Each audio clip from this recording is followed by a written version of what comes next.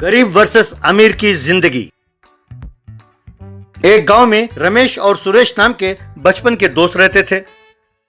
वक्त बीता और रमेश करोड़पति बन गया, पर सुरेश उसी के पास मैनेजर बनकर रह गया। इसीलिए सुरेश रमेश को देखकर जलता था। एक बार रमेश की पत्नी एक महंगे अस्पताल में और सुरेश की पत्नी एक सरकारी अस्पताल में बच्चों को जन्म दिया। पलने में पड़े बेटे को देखकर सुरेश, मेरा बेटा मेरे जैसे गरीब नहीं रहना चाहिए, इसे जिंदगी भर करोड़पति बनकर ही रहना होगा। इसके लिए मेरे पास एक उपाय है, कहकर अपने बच्चे को लेकर निकला। इस तरह रमेश के बेटे को अपने बेटे से बदलकर वहां से चला गया। रमेश अपने बेटे को एक महंगे प्रैम में लेके जाता था, तो सुरेश अपने बेटे और बड़ी बेटी को एक टूटे फूटे प्रैम में लेकर जाता था। ये देखकर लोग हंसते थे। हंसो हंसो, मैं भी तो यही चाहता हूँ। इसे और इसकी जिंदगी को देख के सबको हंसना चाहिए। उस रमेश की यही सजा है, ऐसा सोचा। एक दिन रमेश उसके सामने आया और, अरे ये क्या यार, इतने टूटे फूटे प्रैम में लेके जा रहे हो? देखो सब हंस रहे हैं। और ये क्या, तुमने अपने बेटे का नाम भिखारी क्यों रखा है? ये कैसा नाम है?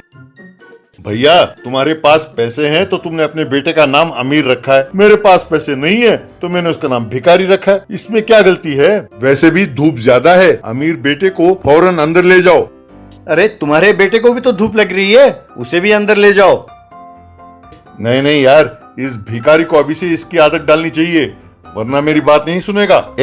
चुप हो जा, हमेशा ए करके रोता रहता है? कहकर उस बच्चे को डांटने लगा। यूं दोनों बच्चे जो बदल गए थे बड़े हुए। इस तरह अमीर एक महंगे स्कूल में पढ़ने लगा तो भिखारी एक साधारण स्कूल में पढ़ रहा था। एक दिन अमीर का प्रोग्रेस रिपोर्ट देखते हुए, ये क्या बेटे, इतने बेकार मार्क्स आए हैं, खेलना बंद करो और पढ़ाई में ध्यान दो। तुमसे तो वो बेचारा भिखारी अच्छा है, उसके अच्छे नंबर आ रहे हैं, पता है? वहाँ भिखारी का प्रोग्रेस रिपोर्ट देखते हुए सुरेश, ये क्या, फिर से क्लास में फंस आए हो? वैसे तुम पढ़ते भी हो या नकल मार के पास हो रहे हो? सच सच बताओ। ये क्या है डैडी, मेरे अच्छे मार्क्स आए हैं तो तारीफ करने के बजाय मुझे डांटते हो। मैं नकल क्यों करूँगा? अपने आप को खुददार कहता है, हाँ? इस तरह पढ़कर तुम कलेक्टर बनना चाहते हो क्या? यूं सपने देखना छोड़ दो और कोई छोटी मोटी नौकरी कर लो, अच्छे रहोगे। कहकर हंसने लगा। बाद में दोनों कॉलेज में पढ़ने लगे। रमेश का बेटा अमीर स्पोर्ट्स कार में जाता था तो सुरेश का बेटा भिखारी साइकिल में जाता था। एक दिन अमीर के बर्थडे पार्टी में सुरेश, हैप्पी बर्थडे अमीर बेटे, हैप्पी बर्थडे अमीर बेटे, कहकर नाचते हुए उसे गले लगा लिया। अरे ये क्या यार, इतना ओवर एक्शन क्यों कर रहे हो? बहुत सारे गिफ्ट भी लाए हो। वैसे आज तुम्हारे बेटे का भी तो जन्मदिन है, क्या तुम ये बात भूल गए? अरे वो कमीना धरती पर बोझ है और अब उसके लिए गिफ्ट भी लेके जाऊं? उसके लिए तो केक भी वेस्ट है। अमीर बेटा, wish U a very happy birthday, कहकर फिर से उसे गले लगा लिया। ये देखकर भिखारी बहुत दुखी हुआ। कुछ समय बाद गलत संगत में पड़कर अमीर को जुए और शराब की लत लग गई, पर भिखारी मन लगाकर पढ़ते हुए आईएएस की तैयारी करने लगा। एक दिन सुरेश और उसकी पत्नी गरीब को लेकर रमेश के घर गए। रमेश, देखा, ये मिट्टी का माधो आईएएस पास हो गया है। मेरे समझ में नहीं आता कि इसके पास इतनी दिमाग कहाँ से आई। मुझे लगता है इसने नकल जरूर की होगी। तभी अमीर दौड़ा दौड़ा घर के अंदर आया और एक अलमारी के पीछे जा छुपा। उसके पीछे कुछ पुलिस वाले आए। रमेश जी, आपका बेटा एक बहुत बड़े केस में फंसा हुआ है। ये छोटा डॉन यानी बड़े मियाँ के साथ मिलकर ड्रग्स का धंधा कर रहा है। उसके साथ कोई झड़प हुई और इसने उसे गोली मार दी। वो अब अस्पताल में अपने जान के लिए जूझ रहा है। हमें आपके बेटे को गिरफ्तार करना होगा। ये क्या बकवास कर रहे हैं एसआई साहब? वैसे अमीर बेटा बहुत होशियार है और बहुत समझदार है। वैसे वो यहाँ आया ही नहीं, यहाँ नहीं है वो। आप यहाँ से जाइए। एसआई साहब, मैं ये तो जानता था कि वो गलत संगत में पड़ा है, पर अभी अभी पता चला है कि वो हिंसा में उतारू हो गया है। अब पानी सिर के ऊपर से जा चुका है। गलती जो भी करे, गलती गलती ही है। वो देखिए, उस अलमारी के पीछे छिपा है, आप उसे ले जाइए। नो, मेरा बेटा ऐसा नहीं है, वो भोला है। आप उसे ले जाएं, ये मुझे मंजूर नहीं है। ये सब सुनकर रमेश और बाकी जो लोग खड़े थे सब हैरान हो गए। ये तुम क्या कह रहे हो सुरेश? वो तुम्हारा बेटा कैसा हुआ? हम उसके माँ बाप हैं और हम चाहते हैं कि वो सजा भुगते, पर तुम ये क्या कह रहे हो? तब सुरेश ने जो कुछ बीता वो सब इन्हें बताया। मुझे माफ कर दो, मैं नफरत में अंधा हो गया था और ये सब कर बैठा। मैंने उसे बहुत तंग किया, फिर भी तुम्हारा बेटा IAS ऑफिसर बना। पर तुम लोगों ने मेरे बेटे को बहुत प्यार से बड़ा किया, फिर भी वो ऐसा निकम्मा निकला। अब मैं समझ गया कि दूसरों का नुकसान करने के लिए जाओ तो खुद का ही नुकसान होता है। मुझे माफ कर दो। तब बच्चों ने अपने माँ बाप को गले लगा लिया। जेल से छूटकर बाहर निकला आमिर मन लगाकर पढ़ने लगा और अच्छी जिंदगी गुजारने लगा। ये देखकर सब बहुत खुश हुए। Honey bee rescue.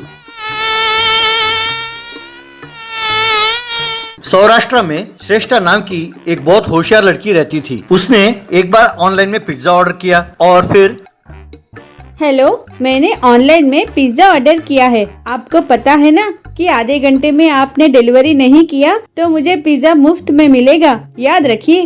कहकर फोन काट दिया। फिर हे भगवान, उसके रास्ते में पूरा ट्रैफिक होना चाहिए। वो बस 5 मिनट देरी से आ जाए तो मुझे पिज्जा मुफ्त में मिल जाएगी, कहकर भगवान से प्रार्थना करने लगी। वहाँ पिज्जा के दुकान में डिलीवरी बॉय ठाकुर की श्रेष्ठा के घर हमेशा डिलीवरी करने वाला शिवम ठाकुर से, ठाकुर जरा बच के ध्यान से, वो लड़की श्रेष्ठा फ्री पिज्जा के लिए तुम्हें बहुत सताएगी। वो पिज्जा डिलीवरी लिए बिना बहुत सारे ट्रिक्स प्ले करेगी।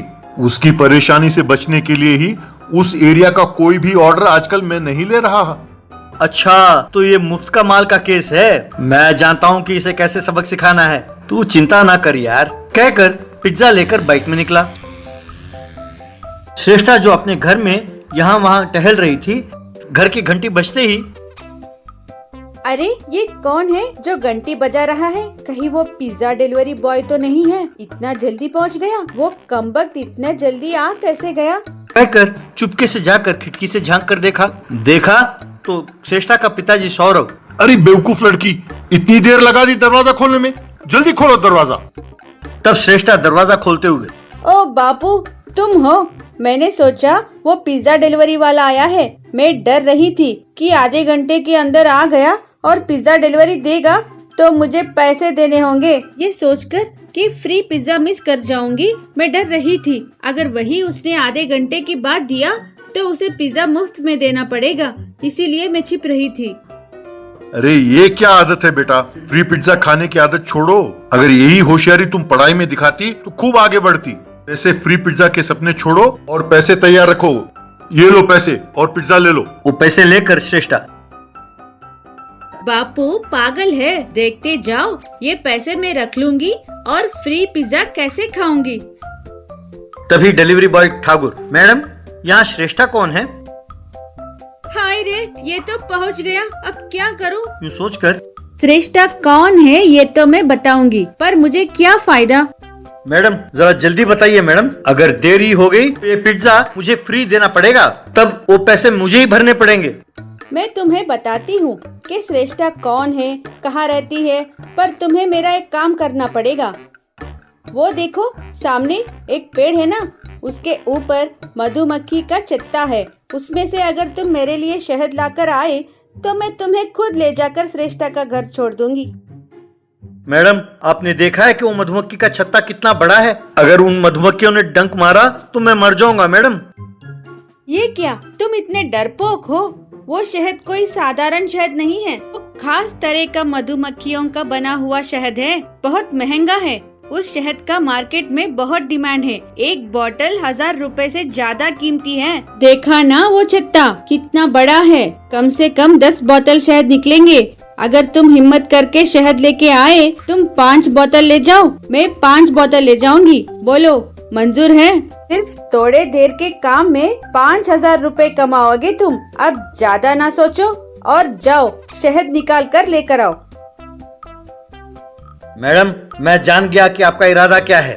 वो श्रेष्ठा आप ही हैं। आप चाहते हैं कि मैं देरी करूं ताकि आप मुफ्त का पिज्जा खाएं। आप मुझे भटकाने की कोशिश कर रही हैं, पर मैं टाइम पर आ गया हूं मैडम। पर मैं सिर्फ एक पिज्जा नहीं, इस डब्बे में 2 पिज्जा हैं। दोनों मैं आपको फ्री में दूंगा, पर एक छोटा सा कंडीशन है। आप खुद उस पेड़ पर चढ़कर शहद निकालिए। बस फ्री पिज्जा खाने की आदत वाली श्रेष्ठा ने बिना आगे पीछे सोचे पेड़ पर चढ़ गई, टहनी पर गई और शहद निकालने लगी कि उसका हाथ फिसला और सारे मधुमक्खी उस पर धावा बोल गए। बस वो फिसल के नीचे गिरी धड़ाम से। फिर भी शहद की मक्खियों ने उसको घेर लिया। तब ठाकुर आगे कूदा और उनको भगाकर उसे बचा लिया। ये देखकर श्रेष्ठा के पिताजी सौरभ, थैंक यू बेटा, बहुत बहुत शुक्रिया। ये मुफ्त में आए तो फिनाइल भी पी जाती है। देखा अपने जान को कैसे जोखिम में डाला इसने। दीजिए सर, खूब गाली दीजिए, तभी इसे अकल आएगी। अब तक यूं मुफ्त की पिज्जा बहुत खा चुके हैं सर ये। सॉरी बेटा सॉरी, ये लो पैसे, बाकी डिलीवरी बॉयज को भी ये पैसे दे दो। थैंक यू सर, आप हमारे दुख को समझ रहे हैं। यूं वो पैसे लेकर खुशी खुशी गया और बाकी डिलीवरी बॉयज को भी वो पैसे बांटा। ये देखकर बाकी डिलीवरी बॉयज, यार तू कोई मामूली लड़का नहीं है, तू बहुत होशियार है। तुम उसके पास से सारे पिज्जा के पैसे वसूल करके लाए, यानी तुम बहुत ही ग्रेट हो यार। कहकर उसकी तारीफ करने लगे।